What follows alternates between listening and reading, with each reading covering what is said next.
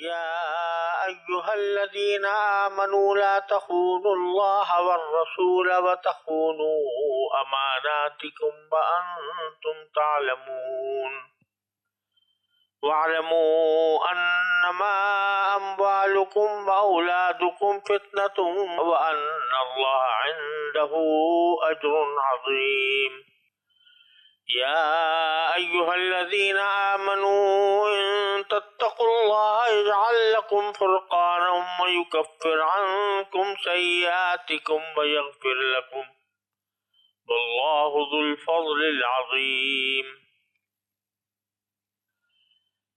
یہ سورہ انفال کی آیت نمبر 27 سے آیت نمبر 29 تک میں نے 3 آیتیں آپ کے سامنے پڑھی ہیں. ان کا ترجمہ یہ ہے کہ اے ایمان والو، اللہ اور رسول سے بے وفائی نہ کرنا اور نہ جانتے بوجھتے اپنی امانتوں میں خیانت کے مرتکب ہونا. اور یہ بات سمجھ لو کہ تمہارے مال اور تمہاری اولاد ایک آزمائش ہے اور یہ کہ عظیم انعام اللہ ہی کے پاس. اے ایمان والو، اگر تم اللہ کے ساتھ تقوی کی روش اختیار کرو گے تو وہ تمہیں حق و باطل کی تمیز عطا کر دے گا اور تمہاری برائیوں کا کفارہ کر دے گا اور تمہیں مغفرت سے نوازے گا اور اللہ فضل عظیم کا مالک ہے. یہاں پہلی آیت میں اللہ تبارک و تعالی نے عمومی حکم یہ دیا ہے کہ جب تم نے اللہ پر ایمان لانے کا اقرار کر لیا اور رسول کریم سرور دو عالم صلی اللہ علیہ وسلم کو اللہ کا سچا پیغمبر تسلیم کر لیا، تو اب ان کے ساتھ تمہارا رویہ امانت کا ہونا چاہیے.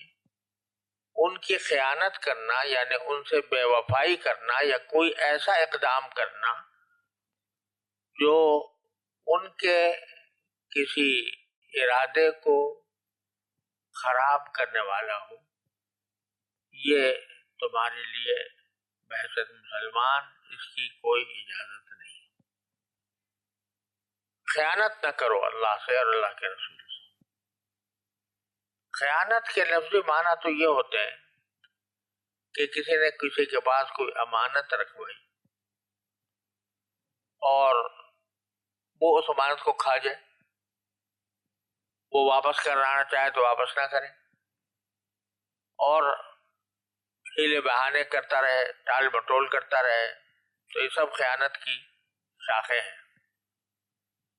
اب اس خیانت میں ایک تو ہوتی ہے مال کی خیانت کہ پیسے رکھوائے کسی کے پاس، وہ خود کھا گیا اس کو. اور ایک امانت ہوتی ہے کسی راز کی کہ ایک راز کی بات کسی نے آپ سے کہی ہے، آپ کو اپنا ہمدرد سمجھ کر آپ اس کے راز کو دوسروں کے اوپر افشا کر دیں، دوسروں کو وہ راز بتا دیں، تو یہ بھی خیانت کی ایک بڑی قسم ہے. اس نے آپ سے بات کیا آپ کے اوپر بھروسہ کر کے، تو جب تک اس کی طرف سے اجازت نہ ہو کہ اس کی بات کو کہیں اور نقل کیا جائے، اس وقت تک اس کی بات کو کہیں نقل کرنا یہ خیانت کا ایک بہت بڑا حصہ ہے. المجالس بالامانہ کہا گیا ہے، مجلسیں امانت ہوتی ہیں، یعنی مجلس میں جو گفتگو ہو رہی ہے چند آدمیوں کے درمیان، وہ ان سب کے درمیان امانت ہے. اب کوئی شخص ان کے کسی ایک کی بات کو دوسرے تک پہنچا دے کہ فلاں شخص تو یہ کہہ رہا تھا مجلس میں، تو یہ خیانت ہوگی.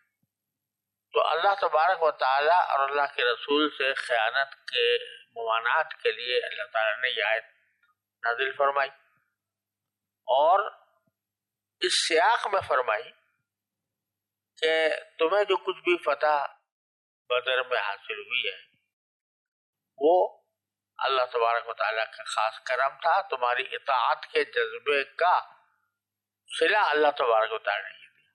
تو اب اس جذبے کا تقاضا یہ ہے کہ کسی بھی مرحلے پر اللہ اور اس کے رسول کے احکام کی خلاف ورزی یا آپ کے کسی راز کا افشا یا آپ کے ساتھ کسی بھی قسم کی خیانت تم لوگ گوارا نہ کرو۔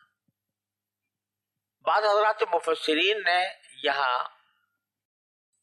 یہ بھی فرمایا ہے کہ اس سے اشارہ ہے خاص واقعے کی طرف جو غزوہ بنو قریظہ کے موقع پر پیش آیا تھا، اور اس میں ہوا یہ تھا کہ بنو قریظہ جو یہودیوں کا قبیلہ تھا، یہ مشرکین کے ساتھ درپردہ سازشیں کر کے مسلمانوں کے خلاف لڑائی میں ان کے ساتھ تعاون کر رہا تھا۔ تو جب اللہ تبارک و تعالیٰ نے غزوہ احزاب کے موقع پر رسول کریم صلی اللہ علیہ وسلم کو اور صحابہ کرام کو یہ فتح عطا فرمائی کہ وہ لشکر بھاگ گیا جو حملہ کرنے کے لیے آیا تھا،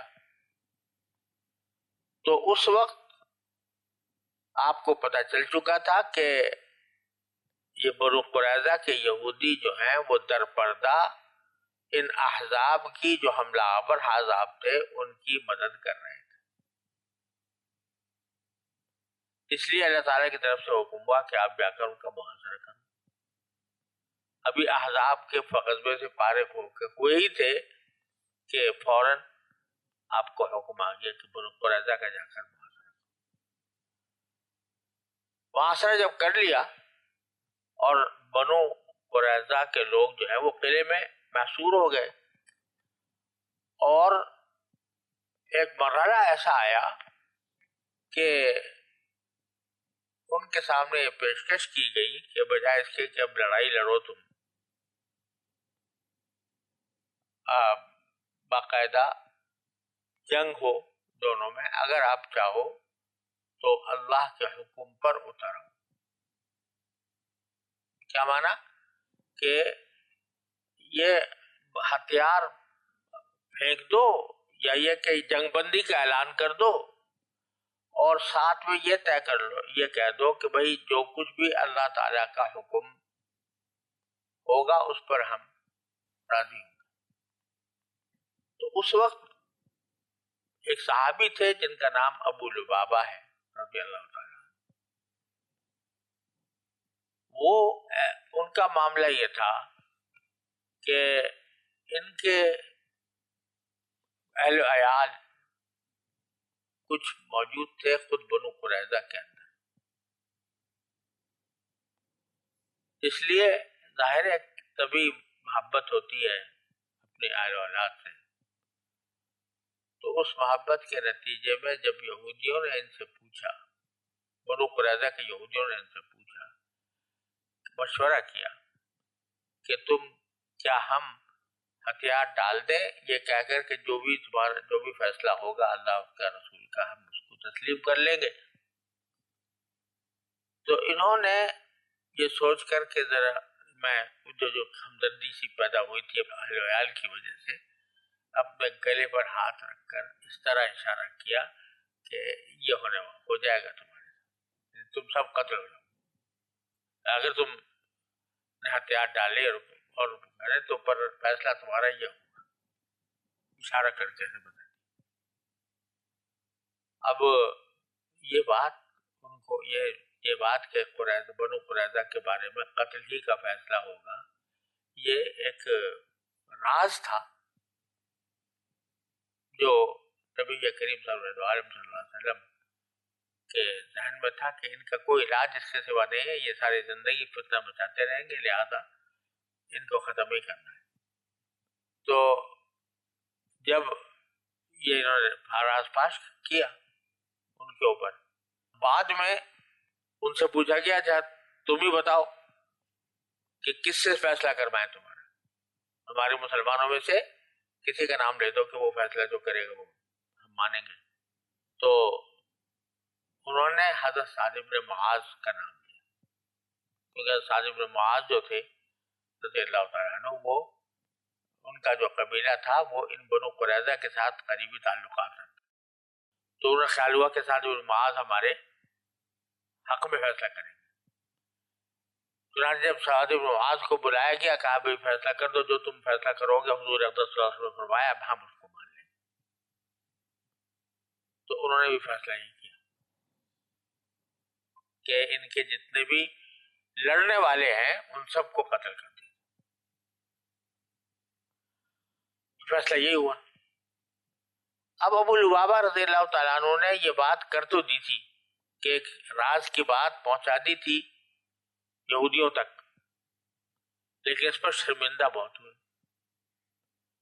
اور شرمندہ اس حد تک ہوئے کہ جا کر مسجد نبوی کے ستون سے اپنے آپ کو باندھ لیا کہ بس میں اپنے آپ کو خود سزا دیتا ہوں اپنے اس عمل کے اوپر۔ تو خود اپنی سزا دینے کے لیے اپنے آپ کو باندھ دیا،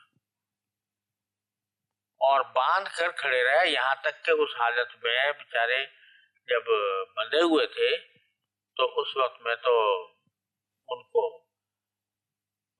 کھانا بھی مشکل تھا، تو ان کی بیوی اور لڑکی ان کی نگہداشت کرتی تھی، کوئی حاجت طبی پیش آ گئی تو سب کھول دیتی اور پھر باندھ دیتی تھی۔ کھانا پینا بالکل ترک کر دیا تھا کہ میں اتنی بڑی مجھ سے غلطی ہوئی ہے تو اس لیے میں کھانا پینا چھوڑتا ہوں، یہاں تک کہ غشی آ جاتی تھی۔ تو رسول کریم صلی اللہ علیہ وسلم کو جب پتہ چلا کہ یہ انہوں نے ایسا کیا اور وہاں جا کر اپنے آپ کو باندھ لیا، تو آپ نے فرمایا کہ اگر شروع میں میرے پاس آ جاتے استغفار، میں بھی ان کے لیے استغفار کرتا تو مقبول ہو جاتی، لیکن اب جب وہ یہ کام کر گزرے ہیں تو اب تو ان کی توبہ کی قبولیت کے لیے اللہ تعالیٰ کی طرف سے حکم آنا ضروری ہے۔ تب چنانچہ 7 دن تک یہ وہاں پر قید رہے، خود اپنے آپ کو باندھ رکھا تھا، اور یہ وہی ستون ہے جو آج مسجد نبوی میں استوانہ توبہ بھی کہلاتا ہے، استوانہ ابو لبابہ بھی اس کو کہتے ہیں۔ تو وہاں 7 دن انہوں نے اپنے آپ کو باندھے رکھا۔ جب آیتیں نازل ہو گئی کہ بھائی ان کے معافی قبول ہو گئی ہے، تو اس وقت انہوں نے یہ کہا کہ رسول کریم صلی اللہ علیہ وسلم خود اپنے دست مبارک سے آ کر کھولیں گے تو کھولوں گا، ورنہ نہیں۔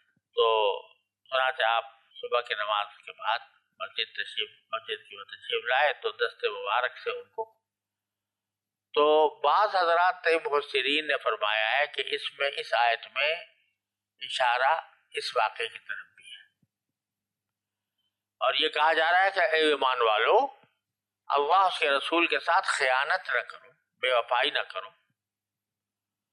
اور نہ اپنی امانتوں کے اندر خیانت کرو۔ اب اس کا ایک مطلب تو ظاہر ہے کہ بھئی جو بھی کوئی تمہارے ساتھ کوئی امانت رکھوائے تمہارے پاس کوئی چیز، تو اس میں خیانت نہ کرو۔ دوسرا اس کا اشارہ اس طرف بھی ہے کہ اللہ اور اس کے رسول صلی اللہ علیہ وسلم کے ساتھ جو خیانت کرو گے تو اس کا نتیجہ خود اپنے ساتھ خیانت کی صورت میں نکلے گا۔ اور پھر آگے فرمایا وَاعْلَمُوا أَنَّمَا أَمْوَالُكُمْ وَأَوْلَادُكُمْ فِتْنَةٌ، اور یاد رکھو کہ تمہارے مال اور تمہاری اولاد تمہارے لیے ایک آزمائش ہے۔ وَأَنَّ اللَّهَ عِندَهُ أَجْرٌ عَظِيمٌ، اور اللہ کے پاس بہت بڑا اجر ہے۔ اب یہ دیکھو یہاں پر یہ جو واقعہ اگر حضرت ابو لبابہ کا پیش نظر رہے تو حضرت ابو لبابہ رضی اللہ تعالیٰ عنہ سے جو غلطی سرزد ہوئی وہ کس لیے ہوئی؟ اپنے اہل و عیال کے ساتھ محبت کی وجہ سے۔ تو اللہ تعالیٰ فرماتے ہیں کہ وَاعْلَمُوا أَنَّمَا أَمْوَالُكُمْ وَأَوْلَادُكُمْ فِتْنَةٌ، جو قرآن کریم کا ایک خاص اسلوب ہے اور معجزانہ اسلوب ہے کہ بعض اوقات آیتیں کسی خاص واقعے کے سلسلے میں نازل ہوئی ہوتی ہیں اور وہ ان کا شأن نزول ہوتا ہے، لیکن جب قرآن کریم کوئی حکم بیان فرماتا ہے اس خاص صورت حال کے لیے بھی حکم بیان فرماتا ہے تو الفاظ ایسے عام استعمال کیے جاتے ہیں کہ جو ہمیشہ کے لیے کارآمد ہو. تو چاہے واقعہ ابو لبابہ رضی اللہ عنہ کا پیش نظر ہو لیکن حکم عام دیا جا رہا ہے سب کو کہ یاد رکھو کہ تمہارے اموال اور تمہاری اولاد تمہارے لیے فتنہ ہے.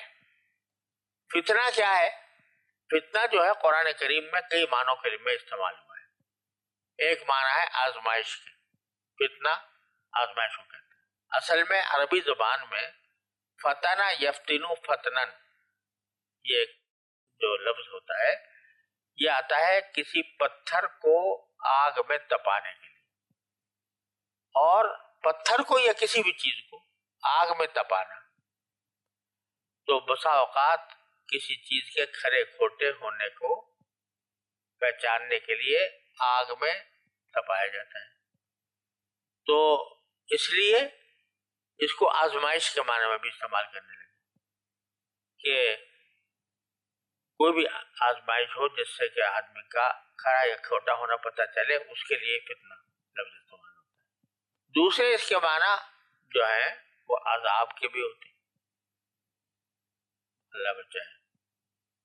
تو فتنہ عذاب کے لفظ میں بھی آتا ہے. اور تیسرے معنی اس کے ہوتے ہیں عذاب کے سبب کے. عذاب کا کوئی سبب اس کو بھی فتنہ کہا جاتا ہے.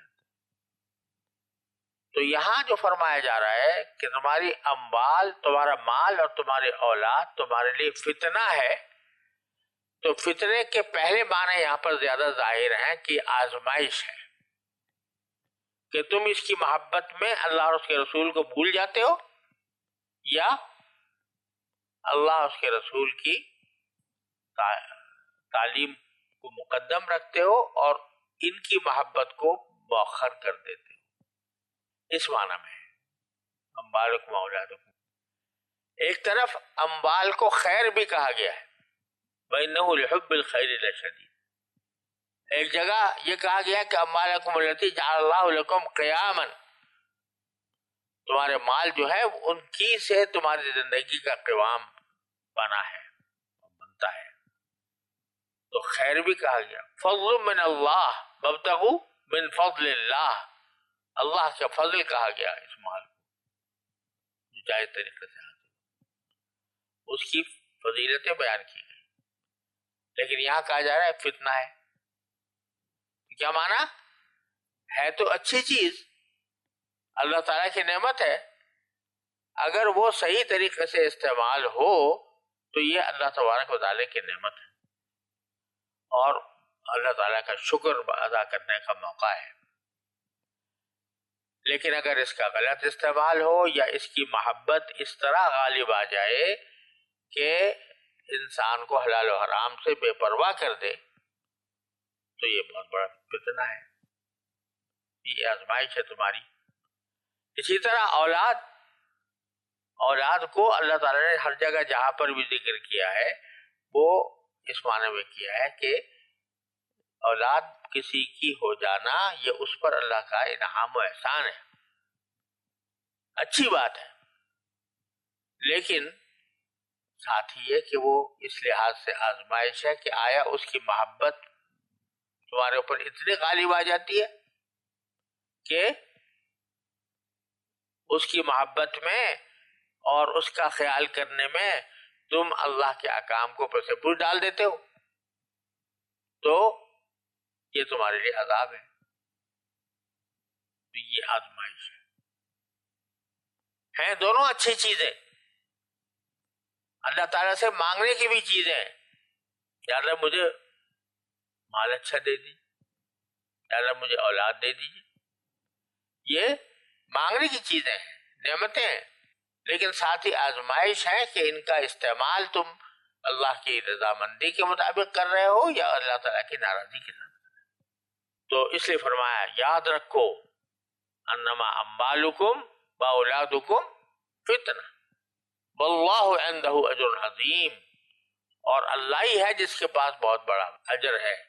یعنی اگر تم ایسے اموال اور اولاد کو حدود میں رہ کر ان کے حقوق ادا کرو گے اور ان کو اپنے اوپر اس طرح سوار نہ کرو گے کہ یہ تمہیں گناہ پر آمادہ کر دیں تو اللہ تعالیٰ کیا اجر عظیم ہے۔ اور پھر آخر میں جو میں نے تیسری آیت پڑھی ہے وہ بڑی عجیب مفہوم رکھتی ہے۔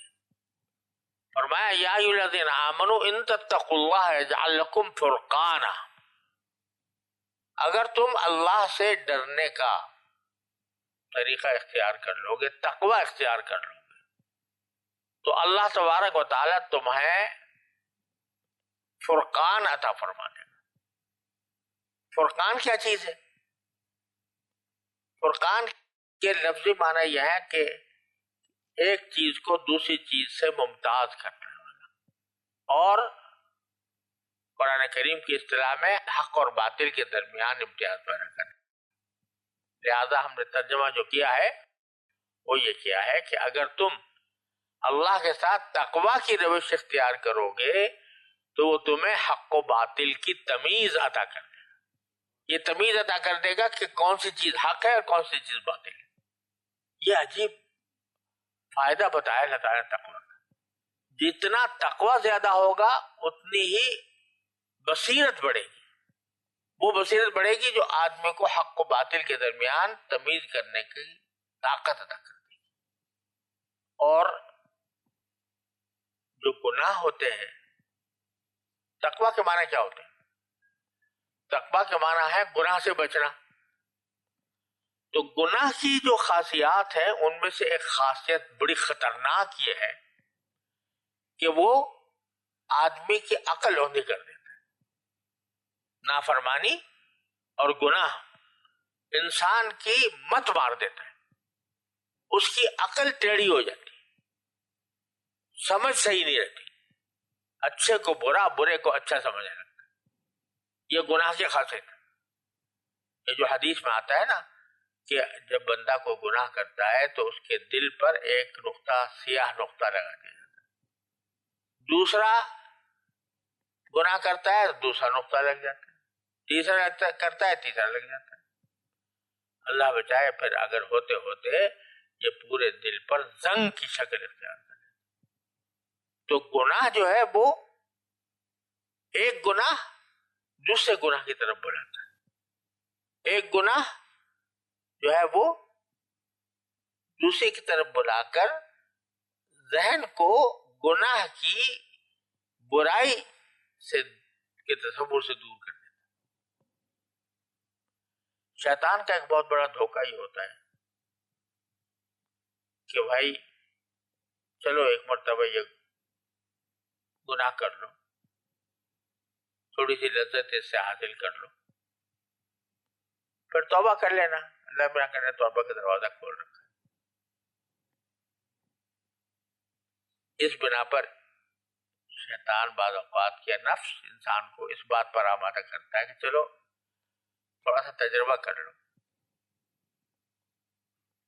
اول تو اللہ بچائے کس نے گارنٹی دی ہے کہ میرے بعد میں توبہ کا موقع ملے گا بھی کہ نہیں ملے گا۔ دوسرے یہ اللہ بچائے کہ جب گناہ کر لیا، جب تک کوئی گناہ کیا نہیں ہوتا تو طبیعت میں ایک رکاوٹ رہتی ہے اور جرأت نہیں ہوتی، لیکن جب ایک مرتبہ یہ جرأت کا پردہ توڑ دیا، کیا کر دیا اور عمل کر لیا تو وہ ایک جرأت پیدا ہو گئی گناہ کے اوپر کہ جیسے کل کیا تھا چلو آج بھی، تو جرأت بڑھتی چلی جاتی ہے گناہ کے اوپر۔ اس جرأت کے نتیجے میں ایک گناہ ہوا، پھر دوسرا ہوا، پھر تیسرا ہوا، اور بعض اوقات اس گناہ کی پاسداری میں دوسرے گناہ کا ارتکاب کرنا پڑتا ہے۔ ایک گناہ کر لیا، اب کسی نے کوئی ایسا موقع ہوا کہ کوئی بات پوچھ لی، اب اگر جواب صحیح دیں تو راز کھل جائے گا، تو جھوٹ بول دیا۔ تو گناہ گناہ کو کھینچتا ہے، اور ساتھ میں گناہ جو ہے وہ دلوں پر پردے ڈال دیتا ہے، عقل پر پردے ڈال دیتا ہے، عقل ٹیڑھی ہو جاتی تو اس میں زیغ پیدا ہو جاتا ہے، ٹیڑھ پیدا ہو جاتی ہے۔ تو قرآن کریم فرماتا ہے لیکن تقوی اختیار کرو گے تو تقوی جو ہے وہ تمہارے لیے ترمیز پیدا کر دے گا اچھے برے کی۔ تقوی والا آدمی جو ہے وہ اچھے برے کا فیصلہ بہترین کرے گا کہ کون سی یہ چیز اچھی، کون سی اچھی چیز ہے، کون سی بری چیز ہے، کون سا کام اچھا ہے، کون سا برا ہے۔ یہ تمیز تقوی سے پیدا ہوتی ہے۔ تو اسی لیے دیکھو جو اہل علم ہے، جو ماشاءاللہ قرآن میں، حدیث میں، تفسیر میں، فقہ میں لگے ہوئے ہیں، ان کے علوم حاصل کرنے میں، ان کی تحقیق کرنے میں، ان کے بارے میں فتوے دینے میں وغیرہ وغیرہ، سارے علمی کام کر رہے ہیں۔ تو اگر اللہ تعالیٰ تقوی کی دولت عطا فرمائے تو پھر حق کی طرف ان کا ذہن کھل جاتا ہے۔ ان تتقوا اللہ یجعل لکم فرقانا، اللہ بچائے اگر علمی کام بھی کر رہے ہیں اور گناہ بھی ہو رہا ہے تو اس علمی کام کے اندر بھی غلطیاں لگیں گی، ٹھوکریں لگیں گی، کیونکہ وہ فرقان حاصل نہ ہوا جو تقوی کی خاصیت ہوتی ہے۔ اللہ تعالیٰ ہر آدمی کی حفاظت فرمائے کہ جب علم ہے عمل نہیں ہے تو اس علم کا فائدہ نہیں، وہ اس کے پاس وہ صلاحیت نہیں ہے کہ جو صحیح بات تک پہنچنے کے مدد کے لیے اس کی مددگار ہو۔ اب ایک حدیث آتا ہے کہ حضرت علی رضی اللہ تعالیٰ عنہ نے نبی کریم صلی اللہ علیہ وسلم پوچھا کہ یا رسول اللہ، اگر ہمارے سامنے کوئی ایسا مسئلہ آ جائے کہ جس میں نہ کوئی امر موجود ہے نہ نہیں موجود ہے، یعنی آپ کی طرف سے یا قرآن میں یا آپ کے ارشادات میں نہ کوئی واضح حکم موجود ہے اور نہ کوئی معنات موجود ہے، ایسا مسئلہ آ جائے تو کیا کریں؟